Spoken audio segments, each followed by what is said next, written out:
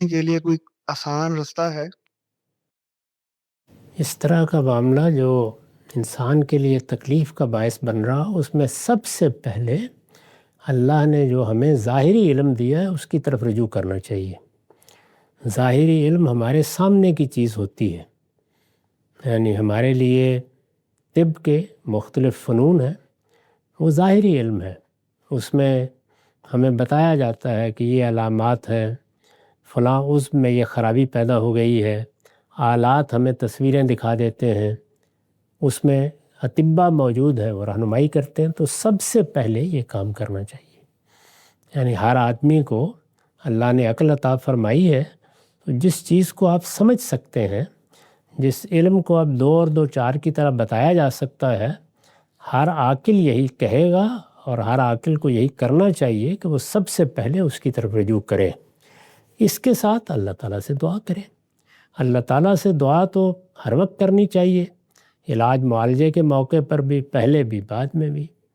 اگر طب جدید میں یا اسی طرح ظاہری علوم میں آپ کو کوئی رہنمائی نہیں ملتی، تو پھر آپ نفسی علوم کے کسی ماہر کی طرف بھی رجوع کر سکتے ہیں، لیکن میں نے بار بار توجہ دلائی ہے کہ اس میں اب عطائی بہت ہیں، کویکس ہیں، چونکہ وہ باقاعدہ علم کے طریقے پر مختلف مراحل سے نہیں گزرا، سینہ بسینہ ہے، تو اس میں فریب بھی دیا جاتا ہے، لوگوں کو لوٹ بھی لیتے ہیں۔